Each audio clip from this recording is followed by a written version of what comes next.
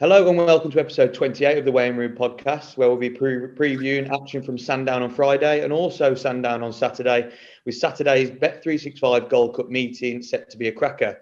Also, we are covering a listed race from Leicester, which will be live on ITV Racing at the weekend. As ever, myself, James Mackie, is joined by Frankie Foster and Paul Callaghan to go through all of these races across the weekend. And also, as a special addition to the show, we're also putting up a quiz question for you viewers to get stuck into, with the answer revealed at the bottom of the show. Lads, how are we? We had a good week? All good, yeah.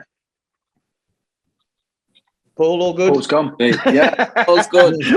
I'm flying, thankfully. Sun shining here in Dundalk. Had a fantastic day at the Irish Grand National. Took my daughter, who's a year and a half, to her first race meeting, and her reaction, it was fantastic. Like she would have little option but to watch the horses every now and again in our house, and she actually loves it. So her reaction, seeing her reaction to the horses and seeing the horses in the flesh for the first time was something else. Like, so it was a great day, it was a brilliant day.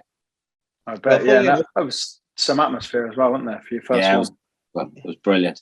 It looked unbelievable. It looked absolutely unbelievable. Like, I was just watching it from the TV, so it must have been great to be there. Yeah, no, it's brilliant. It's would be relatively local to Fairyhouse, and it was the first race course that I ever went to. Like, my parents took us when we were little growing up, so to take my daughter there, and the same story, it was if she gets as much enjoyment as I have out of the sport, it'll be something else. So it was special to me in that sense. But the atmosphere was something else. Just a really good feel-good factor at the place all day. And that was brilliant. Oh, well, that's great to hear. And funnily enough, we're going to kick off the show with talking about the actual race itself, the Irish Grand National. And Paul, we'll start with you. Obviously, Dermot McLaughlin, he's gone on to win a consecutive Irish Grand National. Lord Lariat, around 40 to 1. I've seen some people get on about 66 to 1 as well. It seemed quite popular across social media with a lot of people getting behind it. What a race it was, and how good is it for that trainer to go on to train consecutive winners in the race? Because it's so hard, isn't it? It is. It's so hard to win one national, never mind two, and to do it 2 years in a row. And last year, of course, it was run behind closed doors. So Dermot would be a local fella.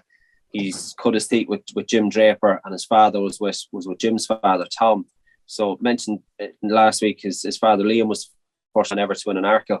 So you have the history and the locality and whatnot. So he was a popular winner, and to have the crowds there, Dermot said it himself, to have the crowds there, his friends, his family were there, all the staff were there from the yard. So they were able to enjoy it and really soak it up. I think there was good videos on social media. I think they were out that night as well, and would have had a good time. He'd have his head well screwed on now, Dermot, but certainly enjoying it at the same time. Do you think he can do it again next year with trying to week? You wouldn't put it past him. Like that plan was hatched back. I think Lord Lariat won the ladies race round Fairyhouse, and then they worked back from there. As soon as the horse won, crossed the line, I think Dermot had the Irish National in the back of his head. So yeah, you wouldn't put it past them now. And I think the horse only cost was 5,500 connections picked up for. So yeah, it was crazy now. They're the stories that make you want to buy one, aren't they? That's it. That's it. Yeah. It's something. Yeah, I said, didn't I? I said we should be looking for a jockey that's retiring, but equally it's a good story. Well, like that, and 2 years in a row, you could have just blindly gone in and gone, yeah, we'll go in again. Exactly. You'd have found the winner. I went to it. I did fancy the Irish National, the prize to stay in County Meath, but unfortunately I went to the wrong yards. I was with Francis Casey, with Max Flamingo, and Gordon Elliott with Mount Ida, but certainly wouldn't begrudge Dermot McLaughlin another win in the race. Well, another horse, Frankie, that across Fairyhouse's meeting that took a bit of the headlines was Galloping de Champs. Obviously, what he did at Cheltenham, about to be an emphatic winner of the Turners, beating Bob Olinger out of sight, but went on to fall at the last. Just how good was he at Fairyhouse? He's now 7-2 for the Gold Cup, and that could be a massive prize, really, if he goes on next season to go on and win races consecutively again, can't he? Yeah, that was going to be my question. Is it just all roads to the Gold Cup now? It probably is, isn't it? 7-2, did you say? I'm trying to think what some of the shorter priced Gold Cup favourites have gone off on the day, let alone a year out. It's a long way away and it's very short, but he looks to be probably the most impressive chaser around at the moment, in my opinion, anyway, or the most exciting one, definitely. It was just effortless. Like the way he jumped at Cheltenham was brilliant. Like, and even jumping the last, he jumped it really well. He just couldn't get the landing gear out. Really, it was a bit of a freak thing, and obviously Bob Olinger was lucky to win. But to do what he did to Bob Olinger, maybe Bob Olinger probably wasn't the Bob Olinger we know, but to do that to that caliber of horse and then go on and beat some smart horses again at Fairyhouse, I just think this is a serious horse. We know he stays 3 miles. Obviously, he's got to get there. It's a year off. But even though 72 is quite short, when you look back, when we come to March next year, it might be an unbelievable price, that might, because be interesting to see who he comes up against throughout the season, where they do take him and what top horses he runs against throughout the season. There'll be some good races, and again, the closer you get, if he keeps demolishing top opposition, the more likely he'll be to win a Gold Cup. But I think the racing that we'll see from him throughout the year against other top class horses will be very interesting. It's exciting. Like Henry Bromhead said after Cheltenham that he never thought he'd see a horse able to do that to Bob Olinger on the approach towards the final fence. He never thought he'd see another horse being able to quicken away from Bob like Galloping the Champ did. So yeah, he's certainly a weapon, a machine. Yeah, a bit of a freak of a horse. So we've covered Fairyhouse there. And at the top of the show, I did mention we're going to put a quiz question in. And this is it, lads. I don't want your answers now. I want your answers at the end. But I'll just give it out to the viewers. I'll let you have a bit of thinking time. So Brian Hughes became the 4th jumps jockey to land 200 national winners at Perth on Wednesday. And we want you lads and the viewers to name the other 3 jockeys that have gone to land 200 winners in a season. The answers will be revealed at the end of the show. So you can either skip to the end straight away to get the answer, or you've got to watch through us talk and try and tip up some winners before you can get the answer. I'm sure Paul's got them. I'm pretty sure I got them. That's the question for this week. Right, moving on to this weekend's action, and we're going to start with 3 races on Friday from Sandown with their first black card of year, and is the Group 3 Gordon Richards Stakes we're going to start with. And surprisingly, only 3 runners have turned up this year in this race, which is not great to see. The ground looks very, very quick. We've got Mostadaf for John and Thady Gosden at 8:13, Fox's Tails for Andrew Baldwin at 11-4, and then Juan Alcano at 4-1 for Kevin Ryan. Frankie, we'll start with you. 3-runner race. I think even though we've got a strong favourite, 3-runner races aren't the greatest, are they, to kick us off for the flat season, really? They're not. And my funny old superstition about coming second 3 times and winning the 4th, the other one is if you ever get a 3-runner race, bottom of the market will win. But I'm not going to go with Jean Alcano. I think the favourite's really hard to look past. Just looks the one to beat. I mean, would have won, or has won every race besides being tried in the St James Palace Stakes on only his 4th start, where he didn't actually get the greatest of runs. So you couldn't quite be fair on his placing there. He's won well in group company last time out. None of these horses have had a run yet this season, so you can't find an angle in the horse being fresher than the favourite here. He just looks very solid, and the one to beat, really not a betting race by any means. But if we're trying to find the winner, I think I'd stick with the short-priced favourite. Yeah, Paul, are you on the same wavelength here with Mostadaf? Yeah, I am. I think it's Mostadaf. I think he's the one they all have to beat. There's only £3 separating the field on ratings, but you know, Mostadaf, he's 3 from 4. He's already a Group 3 winner. Juan Alcano is only rated £2 lower, but he's drifted since I looked up this race in the last hour or so. He was second favourite. He's now the outsider of the party, and there's been a little bit of market support for Fox's Tails, but Andrew Baldwin's runners generally would need their first outing of the season. They generally do, whatever they do, first start of the season, especially racecourse debutants, but they generally build on that. So you're going to take a chance that Fox's Tails will need the run, and Mostadaf is the one they all have to beat. The only slight concern is he's by Frankel. Frankel's progeny can be a little bit hot, so his first start of the season, he's entitled to be raced a little bit fresh, a little bit gassy, but if he's not, if he can settle after a furlong or so and get into a nice rhythm, I think he's the one. It's priced accordingly. He's the one they all have to beat here. Yeah, I agree. If we're looking just purely from a winning perspective, I think he's definitely the one to beat. And it's nice to see us all agreeing really on the first one. I can't see that happening throughout the show. But yeah, I just think even though like 4 years of age now, he's still progressing. I think another thing that concerned me slightly when looking at him was a lot of his best wins have come on soft ground, and he might just want a bit of soft ground. But seeing the last time out when he won over 9 furlongs on good ground, to be able to run on both, I think you've got to be quite a special horse. And I just do think he's a better horse than these two in the field. And I know it's first time out, and when Alcano and Foxtails, they're not the worst horse in the world, but I just think this lad is just a bit more special than them. And yeah, to kick us off, I think even though he's priced accordingly, I think he goes on to win. So in the second race we're going to cover at Sandown, it's the Group 2 Bet365 mile. We have another strong favourite in this event with alcohol free for Andrew Balding. Paul, we'll start with you. Is it alcohol free to lose? She's so far ahead of these on ratings, isn't she? Yeah, that's exactly what I have here. It is a tough race to lose. She turns up on form. Again, she's odds-on favourite. She takes the beating here. Mother Sabeck has the benefit of a run this season. Might just see a nice run from Sunray Major. He's only a 5-year-old and has only had 5 starts. He's won 3 of them. He's very well bred, son of Debawi, and he's obviously held in high enough regard for connections to persevere with Sunray Major. So he may be capable of just following alcohol-free home.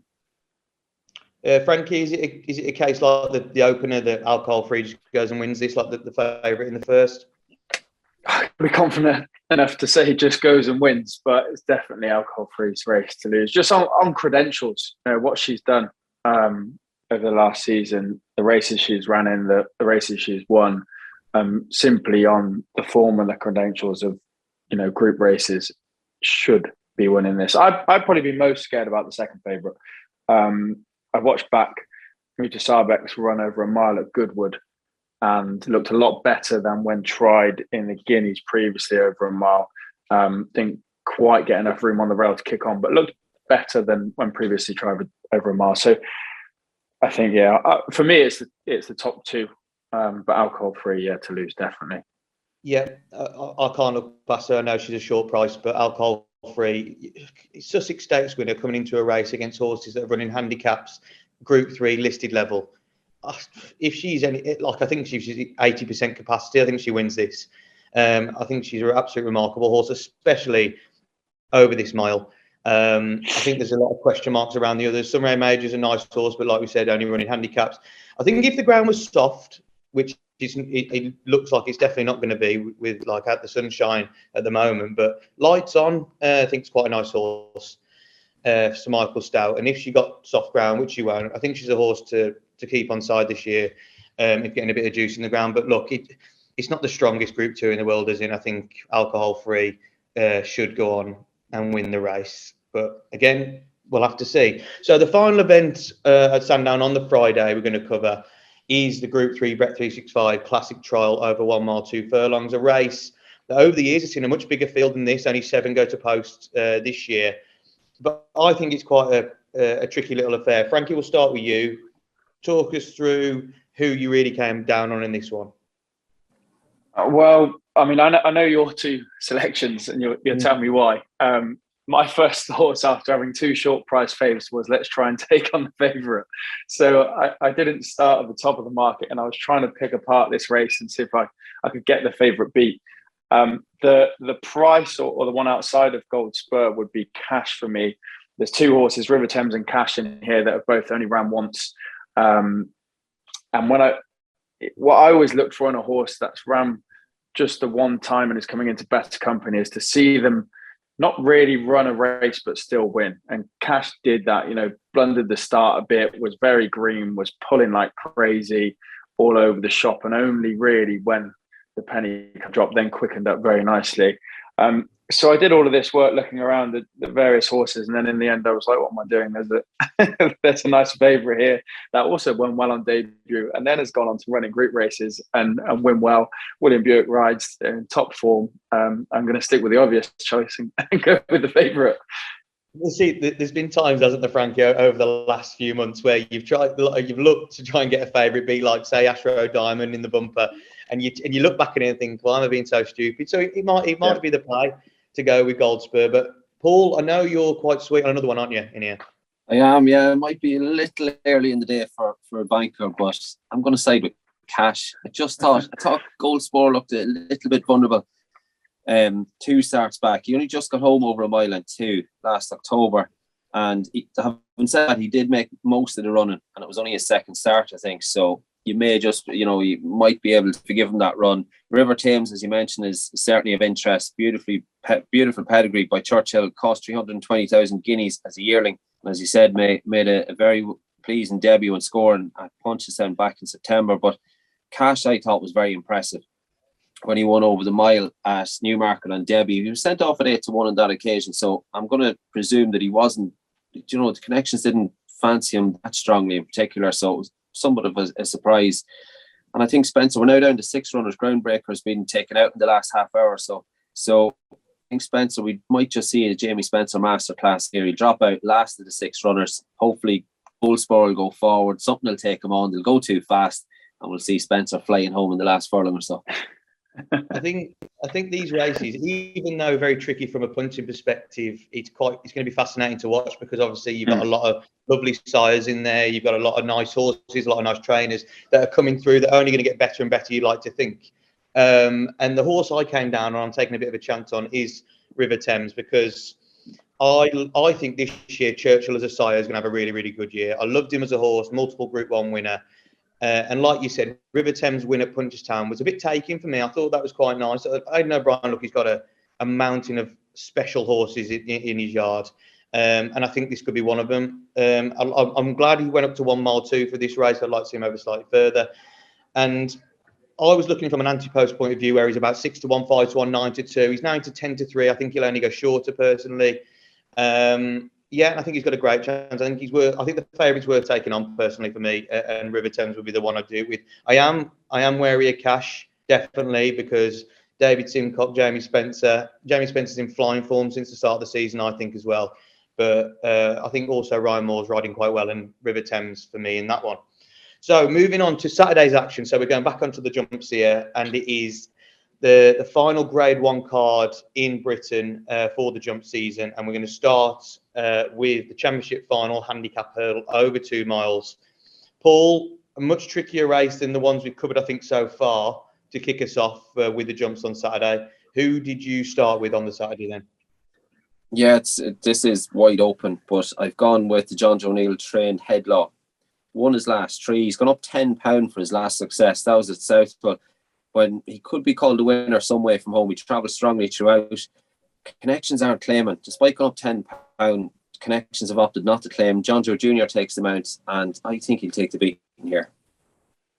Yeah, I think he's a wide and open affair, and you can go through the field. Like I did look at Headlaw. I thought Headlaw was a quite nicely progressive horse. I think WizKid still on a lowly mark compared to where he could be for Dr. Richard Newland. And Dr. Parnassus has been thrown into here after running in juvenile races. I thought that was quite taking. But I am going to stick with Nappers Hill. And there's a reason why I'm going to tip up quite a few Paul Nicholls horses, because Paul Nicholls, for me, he's already won the Trainers' Championship. We know, like, he'll be crowned at this meeting. He's already won the Trainers' Championship again. It will be his 13th.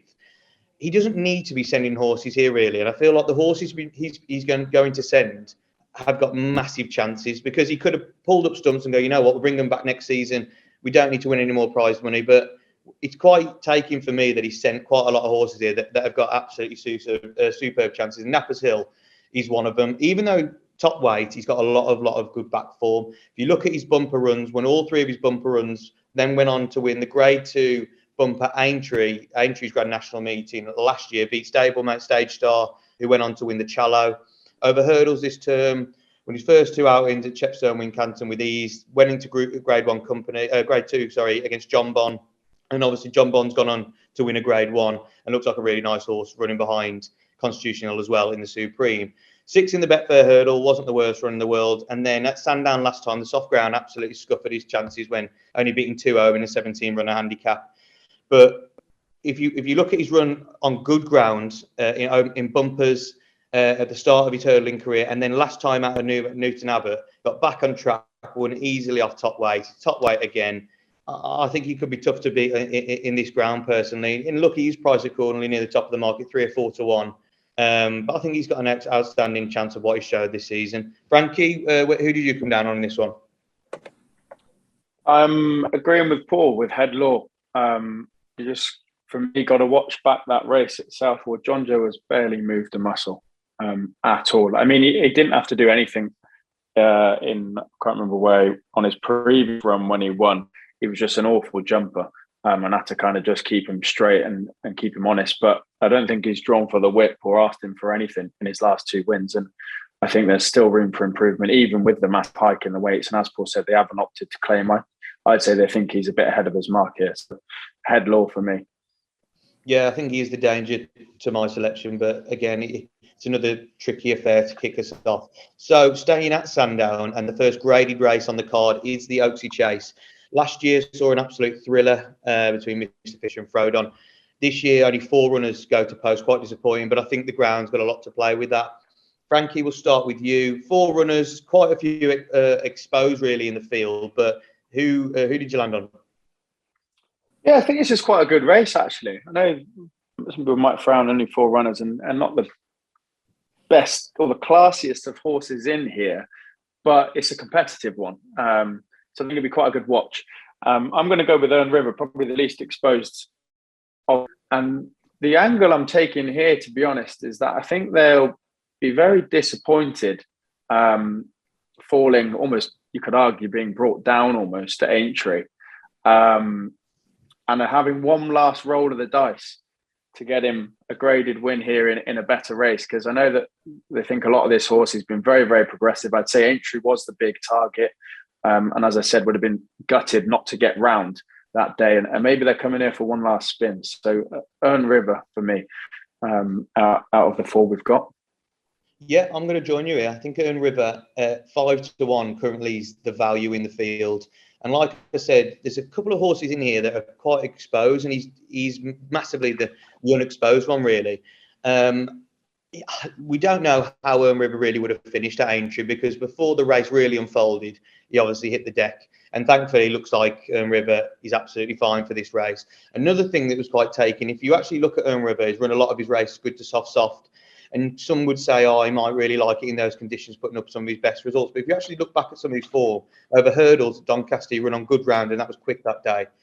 And even the good to soft at Doncaster at the start of the season wasn't massively soft. So I don't mind him on good ground. That's not a problem for me at all.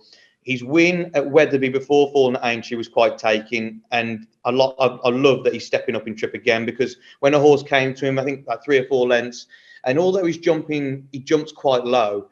I look at Mr. Fisher in this field, he's been pulled up, twice in the last 4 runs, smacking fences. St. Calvados pulled up, Nutswell pulled up. Like, even though Earn River has gone on to fall, I think he's going to learn a lot from that experience. And I think a 5-1 is a value in the field. I can just pick more holes in the other 3 than I can Earn River, and I'm going to take a chance with the less exposed horse here. And being the outside of the field, you don't mind taking a punt at 5-1 in a 4-runner race. Paul, who did you side with? I've gone with Nutswell, Fran and Ian Hamilton. They wouldn't have had too many visits down to Sandown. Nutswell himself ran in the celebration chase last year. He only managed to beat 1 home in that one. As you mentioned, he pulled up at Doncaster 3 starts back, but he was never travelling from the drop of the flag. He never really got into rhythm. He didn't jump well at all. He was no match for Clandes Obo and Co in the Betway Bowl last time out, but he was a good winner at Kelso 2 starts back. I think he'll like the stiff finish here. Brian Hughes is on board. I think with Brian Hughes being crowned champion this year, with the crowds back, his family are there. There's a lot of family and friends going over from Ireland this year. His agent Richard Hale would have a massive say in the north of England, and he would have a bit to do with the race planning and whatnot. So I wouldn't be surprised. I think Richard Hale, the agent's going to be trying to get Brian to sign off on a winner here on the last day, and I think this could have been a plan hatched some time ago. So for that reason, it's Nutswell for me. Yeah, that's an interesting angle into it, actually, and quite a lot of people don't look at that, so that's quite a nice angle into it. I think a nice thing would be as well, Anne and Ian Hamilton, they've been absolutely brilliant this season with the horses and for the last few seasons, and they've got a great backstory behind them. When Tommy's Oscar was in the champion hurdle, it would have been great to see him go better than he did. But yeah, it'd be great to see this horse win, and I do honestly think that Earn River and Nutswell, against the 2 at the top of the market, St. Calvados and Mr. Fisher, are the value play against the 2 favourites personally for me. But again, we'll have to see on the day. So the final flat race we're going to cover on this week's pod is the listed EBF Stallions King Richard III Stakes at Leicester, and it's on ITV. And it's quite a little tricky race, wouldn't you say, Paul? I looked down this field, and there was a few that I could make a case for. Yeah, not many had ruled out. Like Clive Cox's horse is interesting. Aratus, Mick Appleby's Edrak second last time out. Path of Thunder, the Blinkers on Buick on board. Charlie Appleby, they're in terrific form, as we touched on earlier. But I've gone with the Andrew Balding trained Happy Power, who was second in a fast track qualifier at Wolverhampton last time out. Was a beaten favourite on that occasion, but I fancy him to make amends here. Yeah, like you said, that Aratus was a really nice horse last year, progressing, still only on a mark of 102. Ed Rock ran brilliantly last time they all were the championships, and Happy Power's run at Wolves would have definitely set him up for this. But even though looking at all those three horses, Path of Thunder was the horse that I came down on. And Path of Thunder is a lovely, lovely horse, but a massive thing that swayed me was Charlie Appleby. He can't do absolutely no wrong at the moment, running at 57% strike rate. And Buick closely behind him, running at 39% strike rate. I will eat my hat if William Buick is not the champion jockey this season. He was very unlucky not to be. And I think the way he's riding, I just can't see it stopping all throughout the season. I think he's going to have a great season. But back onto Path of Thunder. If you look at his run last year, over 8 furlongs yet a Newmarket, and that was on very, very quick ground. The ground at Leicester is going to be absolutely rapid, like at most places, if no rain comes, which is not forecast. Ran really well over that furlong. He then went into the Golden Mile at Glorious Goodwood, ran no sort of race, only beat 5 home. Didn't think he massively liked the big field, but given some time off, sent to Maidan this year, won on his debut in the Zabeel Trophy for the season, then went into a Group 2 and finished a close 4th behind Real World, who's won Group 2s, Group 3s, and been running in Group 1s. So I think that's really good form. And then last time out, dropped to 7 furlongs again at Maidan in a conditioned stakes and wasn't far behind the two that finished ahead of him. I think it's really good form. I think he's been given a little break again. Comes into this pretty fresh, and I think he's got a really, really good chance. Path of Thunder and the stable form, you just can't ignore it. Frankie, who did you side with? It was between the two that you both mentioned there for me. The thing that didn't quite like enough about Path of Thunder is just being dropped back to 7. He's done the majority of his racing over a mile. I know he did perform pretty well last time out over 7. But once you step a horse up and you give it a crack at a mile, I don't really like to see him drop back, and you wonder why are they coming back to 7 and what's your reasoning. So I stuck with Happy Power. It just seems a bit more consistent. He's had a lot of racing in group races. He hasn't won loads, granted, but in Group 1s, 2s, 3s, he's been consistent over 6 and 7 furlong. He's had that run of the weather, so it'll be better for that. So Happy Power was who I was willing to stick with. Yeah, I think all 4 of them, you could definitely make a case for, and it is a tricky one. But we'll just have to see what happens. So back over to the jumps at Sandown, and arguably the race of the day, and the final Grade 1 of the British jump season is the Celebration Chase. Paul, we'll start with you here. Again, only a small field going to post for these races, only 5 runners. Who did you land on? Yeah, I've sided with Grenadine here for Paul Nicholls and Harry Cobden. He won this race last year off the mark of 164. Lines up here off 165. Last year had So Royal 15, just a little over 15 lengths behind. I don't see why So Royal should make that ground up and more to get past Grenadine. He does need to bounce back, however, having a hard race in the Grade 1 at the Dublin Racing Festival last time out. That was back in February, so connections have given him, he obviously had a hard run, connections have given him time to recover. And I think if he's back on song, I think can win this for the second year running. Frankie, I think you're in the same camp, aren't you, with Grenadine?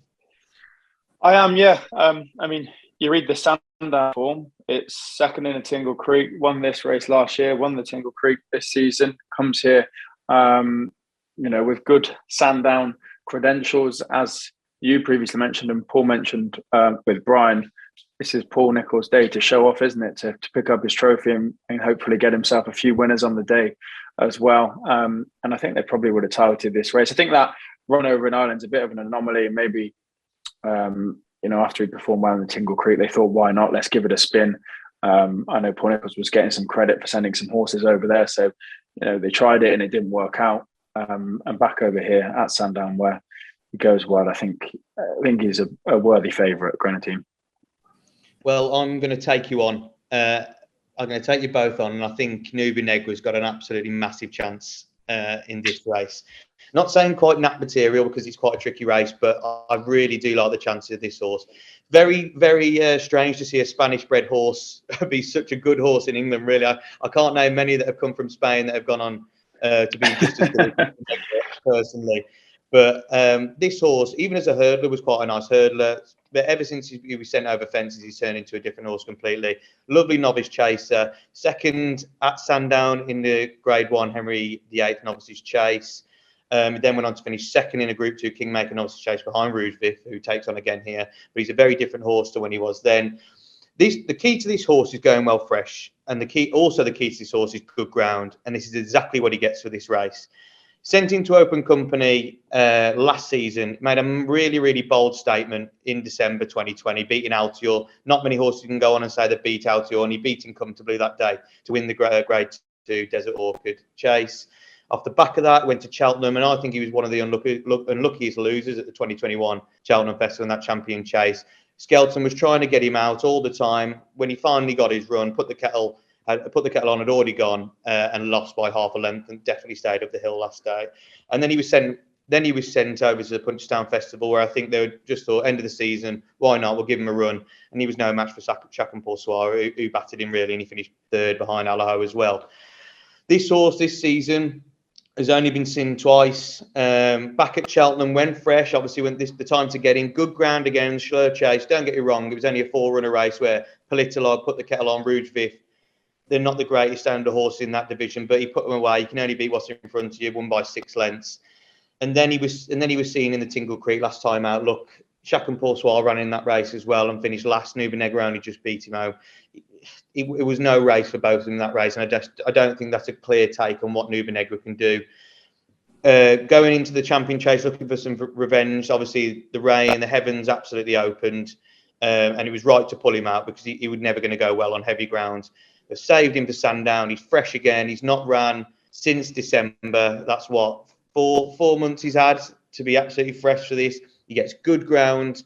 I think everything's primed for a big run, and I'll be surprised if he doesn't go close. I think Grenadine's the one to worry about, but personally for me, Nuba Negra, I've really got a lot of time for Nuba Negra, and I think it's quite a strong shout from myself, and I think he's the one to beat personally. So at Sandown, the feature race really is the Grade 3 Bet365 Gold Cup over a marathon trip. A really, really great race. I love every season because these sorts of races I like to get like national races, and these sort of races, 3 mile 4, 3 mile 5, 4 milers. I really like to get stuck in and have a look at different angles of how to back horses in this. Frankie, I know Kitty's Light's been a horse for you that you put up a couple of times. He's been the bridesmaid really on a couple of occasions, but I think you can go close in this one. What do you think? I agree. I mean, I've said this a few times, and I have always kind of said, give myself a saver in saying this horse does love to come second and is pretty one pace, just stays and stays and stays. And you kind of need everything else in the race in front of him to fall apart. You see, it won't be kind of in the top 5 or 6, a few out, and just picks off horses one by one. And you do need them to fade in front. And I'm going to say it again, this could be Kitty's Light's chance. Hasn't gone up much in the ratings for a second in the Scottish National behind another Christian's Win My Wings. Performed well again, second behind another Christian's Cap de Nord. And both times has done exactly what I said, has stayed on into second. This is a massive shout, but with the hike in the weights for Win My Wings in this, I maybe see another Christian Williams 1-2, but Kitty's finally getting the better of the other horses and going in first. So I'll give you a forecast there, another Christian Williams forecast with Kitty's Light in 1 and Win My Wings in 2. You know what? I'm absolutely agreeing with you down to a T, even with the forecast, because I went through this race and Christian Williams has been so special in these sorts of races this year. And the problem that Kitty's Light has had, he's bumped into 2 stablemates that have just been well handicapped on the day. And I don't even think they're marginally better horses than Kitty's Light. I just think they've been well handicapped, settled for the races. And I think this one is Kitty's Light's chance to go and win a race for Christian Williams and Connections. If you actually look, Kitty's Light's latest 2 seconds, he's gone on to pick up about £80,000 for Connections, finishing second. So it's great prize money, really. But I think it's going to go even better on Saturday in this race. And the big thing for me is with Win My Wings, because Win My Wings, that mare is a special horse, a really special horse. And even going up £14 for this race, I think she can still go close. That's how much she had in hand in the Scottish National, personally. But, go on, sorry. I was going to say, with that weight hike, I'd see Win My Wings doing the same. She'd go from the front, jump well, but you'd hope maybe just fade with that extra weight, and Kitty's might pip her. This is the thing. On Saturday, Kitty's Light. Another thing is, obviously, being 6, you'd like to think you get a lot more progression than Win My Wings as a 9-year-old. But on Saturday, he goes off a marker 145, which is only, £2-3 higher than what he ran in the Scottish National? I think £2, yeah? Oh, yeah. Just the 2 ran in the Scottish one. Yeah, so £2 higher than he's running the Scottish National.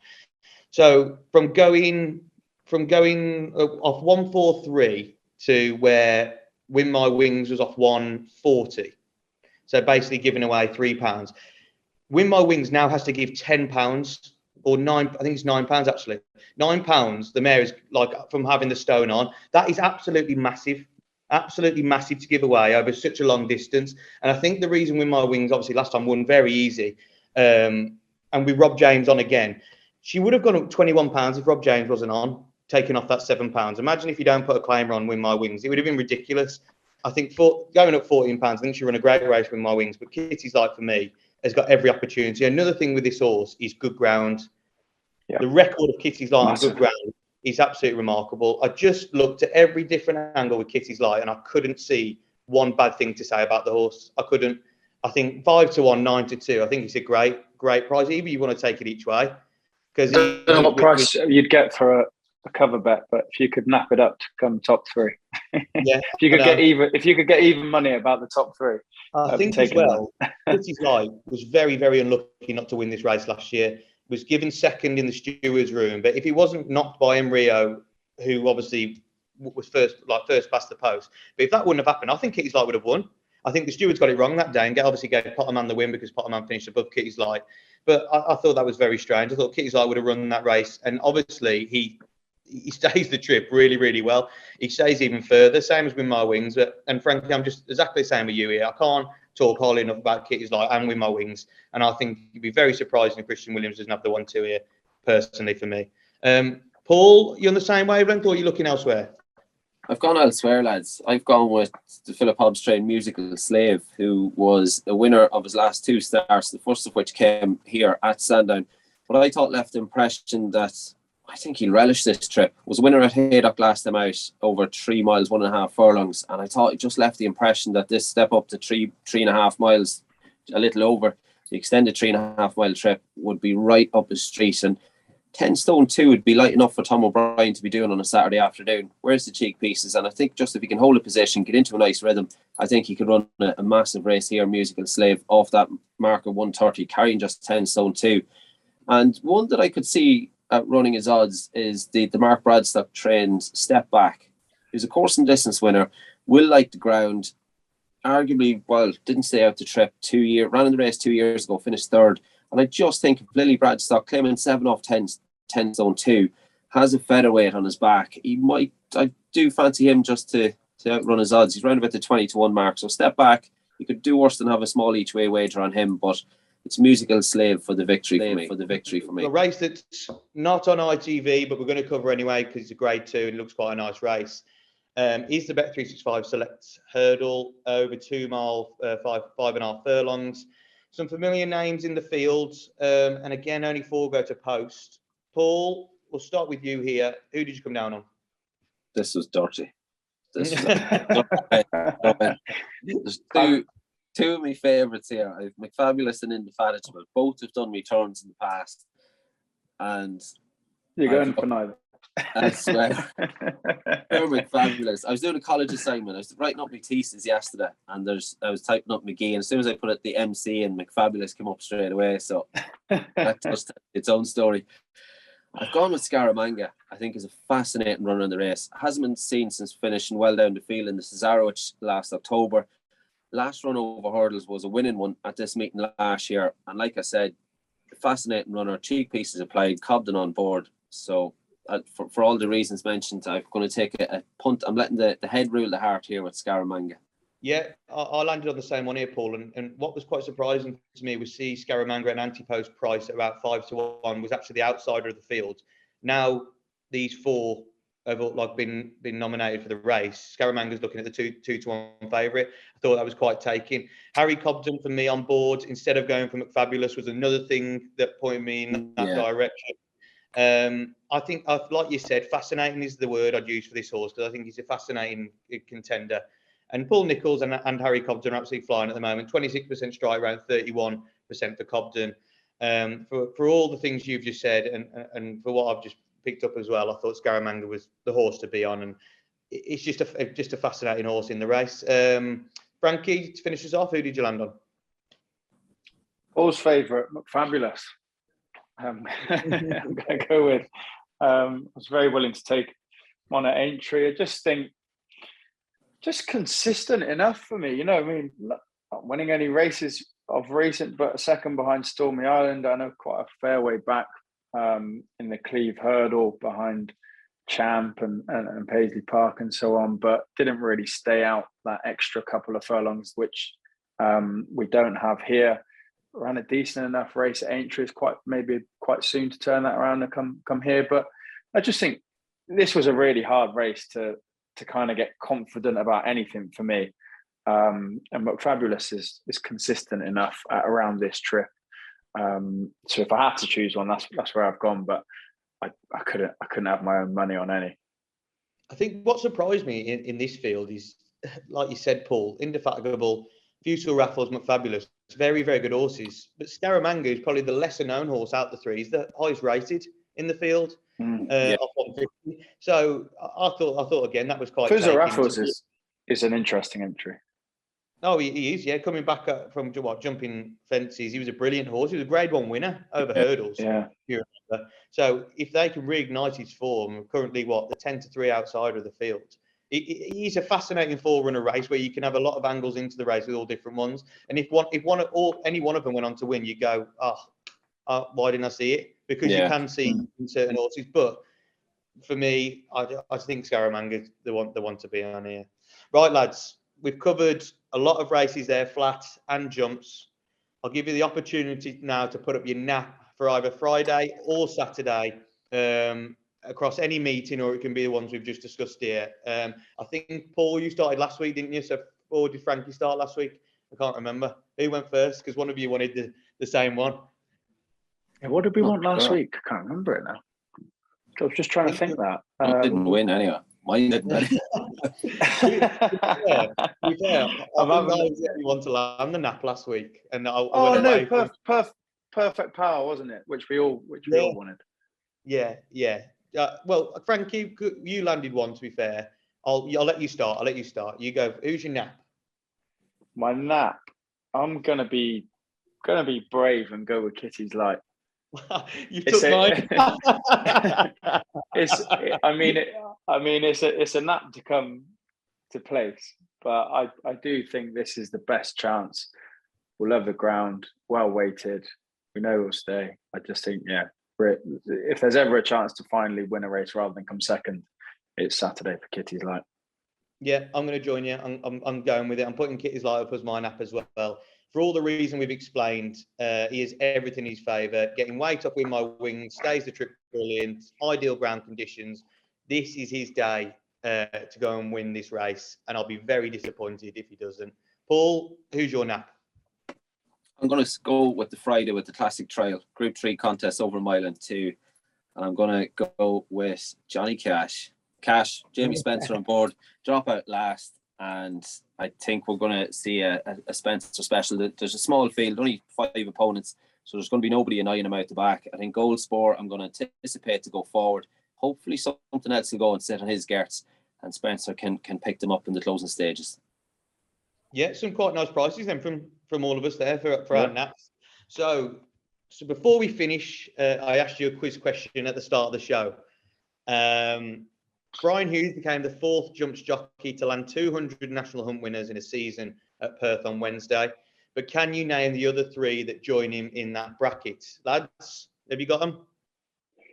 Yeah. AP would be your obvious one. Yeah. Scudamore would be you maybe less obvious. Yeah. And who's your third, Paul? Dicky. Oh yeah, of course. Yeah, have I left Dicky out? Of course. Yeah. Jesus Christ, Richard Johnson. So Brian Hughes, Richard Johnson, AP McCoy, and Peter Scudamore are the only national jockeys in the history of the sport to land 200 winners in a season, which is just quite remarkable. And we've just got to have a little chat about Brian Hughes. Like he's already won the champion jockey last year. Had to give it up to Skelton, and this year he's just been relentless, winning all the northern tracks. He doesn't go to your Cheltenhams. He doesn't go to the bigger meetings like your Grade 1 and Grade 2 races. He just wins relentlessly, doesn't he? Round your Sedgefields, round your Cattericks, and he's had a remarkable season, hasn't he, Frankie? It is probably a question for you, Paul, because you know what it takes to get in the saddle and ride week in, week out. But for me, just the standout, in achievement, and what's so impressive is how relentless he must be to get up every day, week in, week out, get on horses, ride winners, sometimes get some stick, sometimes not win. It's a brutal sport in physically, making weight, mentally, and the fact that you're going to win plenty but lose plenty of races. You're getting criticised every day. This man has been relentless to get to 200, hasn't he? Yeah, he has. He's been relentless, but he's been relentless beforehand. Like before he teamed up with Donald McCain, like the hardest part when he was freelancing, he was riding out. He was ringing up anybody and everybody who had a horse, regardless of how many horses or who they were. That was tough going, and to be able to build on that, and he was still riding winners. Like his horses that probably shouldn't have won back then that were winning, and that was kind of set him apart. He made it's so hard to make a living freelancing. Majority of the week you're riding out for nothing. You're living off your riding fees, and you're trying to get going. And like, bear in mind, he started off with Howard Johnson when he came across, and that didn't really work out when he was there at first. He went to Alan Swinbank, and Alan Swinbank then gave him a good push, and he was champion condition, I think, with Alan Swinbank. And then through that, Howard started using him again. So, and then he became friendly with Paddy Brennan through his association at Howard's, and he picked up the odd ride for Nigel Twiston-Davis. And to just build it, to have that self-belief, to go from having essentially getting knocked back from Howard's to have that self-belief to get up and go at it again and freelance to ride out for everybody and anybody in the North was just incredible, which led him then to the job at Donald McCain's. And he's got some stick for maybe not having graded winners, but who's he going to ride for? Like Nicky Henderson, all the yards in the graded races, they're all set up. So unless Donald McCain ends up with a graded horse, at the moment, that won't happen. Like Jason Maguire was arguably the best jockey never to become champion or whatnot, but he won a Grand National through his association with Donald's, picked up a couple of Cheltenham Festival winners. But outside of Donald's yard, Jason was unbelievable horseman and still is. But outside of Donald's yard, Jason was getting very little elsewhere. There are no spares in England, and that's like, look at the field sizes. Who are you going to jock off at?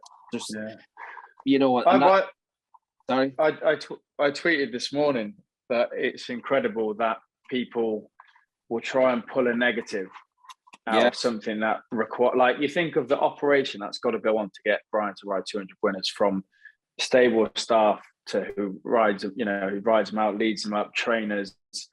Brian to do his job, Brian to stay injury free. Like, so many things have to fall in place to get 200 winners, and it's a huge achievement. And someone will go, "Oh yeah, he hasn't rode a Grade 1." Yeah, it's like, exactly. Jesus Christ. If he's given them, he'll ride them. But unless Nicky Henderson or Willie Mullins or someone rings them up, and they're not going to, you have Rachel, Nico, that's not going to happen in the foreseeable. Yeah. That's life. I think it's just a remarkable achievement, and like you said, Frank, you've just got to enjoy it for what it is. We haven't really seen it a lot. We've only seen it a few times with some jockeys doing it more than others, like Dicky and AP McCoy. But I can see Brian Hughes doing this again. I really can. I think he's a brilliant rider, and probably doesn't get the justice he deserves for how good he is. But we couldn't finish the show without mentioning him after that.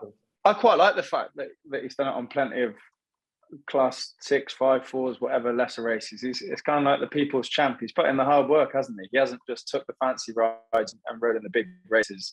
he's grafted week in, week out on, like you said, Paul, whatever ride he can get his hands on at times. Yeah, I think there's a lot to be said for that. Yeah, no, absolutely. If you rewind maybe 3, 4, 5 seasons, 9 seasons back, he wouldn't, like, the horses he was riding wouldn't have been the nicest, you know. It wouldn't have been the most pleasant. So speaking of top class riders, a match race I'd love to see is Frankie Foster v Brian Arnold. I don't know if you've seen it. Frankie, we saw Brian Arnold going around the videos of him on social media on a mechanic at Cork last on Easter Monday, but I reckon you'd have him. I don't want to start that there. Maybe we'll you can crop this bit from the show, James, and we'll at him into a tweet, call him out. We will. Maybe Brian might prove me wrong, but I reckon you'd have him. Well, yeah. I've been on a couple of those exercises. The one I haven't been on are the mechanical ones that are electronically powered, and you've actually got to ride it rather than you pushing the exercise along. So my next challenge is to get on one of them. No, well, top stuff, lads. Thanks again for all the selections, insight, and just general chat. We've had a whale of a time here over the last hour or so. Be sure to like the video and subscribe to the Whizzing Closure channel. We've plenty coming up with the Guineas next week, with Punchestown Festival. So there'll be plenty of stuff to get stuck into. And lads, cheers again.